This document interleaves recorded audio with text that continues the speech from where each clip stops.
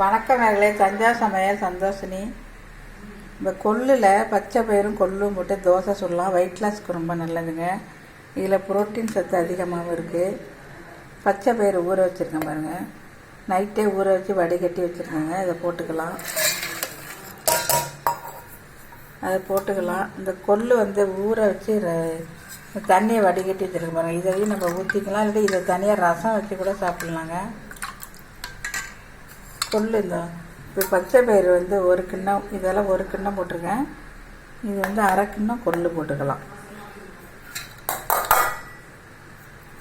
சின்ன வெங்காயம் போட்டுக்கலாம். ஒரு 10 வெங்காயம் போட்டுக்கலாம். தேங்காய் சும்மா 2 ஸ்பூன் போட்டுக்கலாங்க.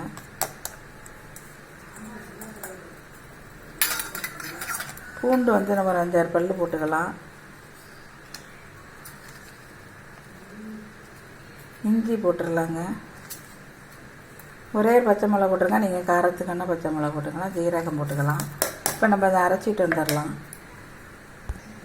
உப்பு சேர்த்துக்கலாங்க. உப்பு சேர்த்து அரைச்சிடலாம். இப்போ நம்ம உப்பு சேர்த்துடலாம்.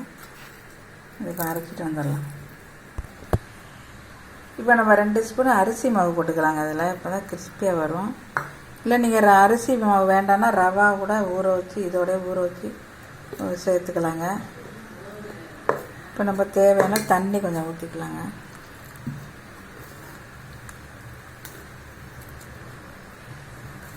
எல்லாமே இதில் போட்டு நம்ம அரைச்சிட்டோம்.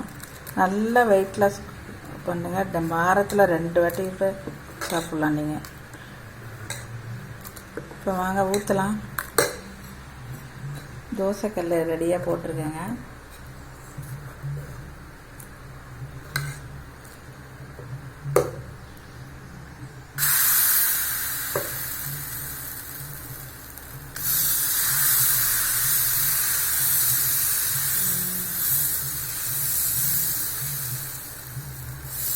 இப்போ நம்ம எண்ணெய் ஊற்றிடலாம். நல்லெண்ணெய் ஊற்றிக்கலாம். நெய் வேணாலும் நீங்கள் ஊற்றிக்கலாம். இப்போ நம்ம திருப்பி போட்டுடலாங்க. சூப்பராக இருக்கு பாருங்க. அப்படி வெயிட் லாஸுங்க. சுகர் உள்ளவங்க கூட சாப்பிட்லாம். காலை சாப்பாடு, பிரேக்ஃபாஸ்ட்டு ரொம்ப ஹெல்த்தியானதுங்க.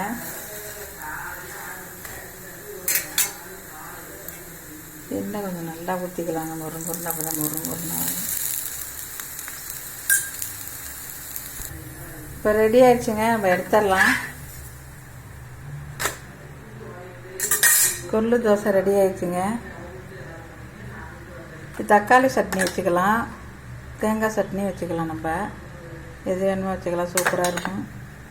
நீங்களும் இதேமாதிரி செஞ்சு பாருங்கள். இந்த வீடியோ பிடிச்சிருந்தா லைக் பண்ணுங்கள், ஷேர் பண்ணுங்கள், சப்ஸ்கிரைப் பண்ணுங்கள். வாழ்க வளமுடன்.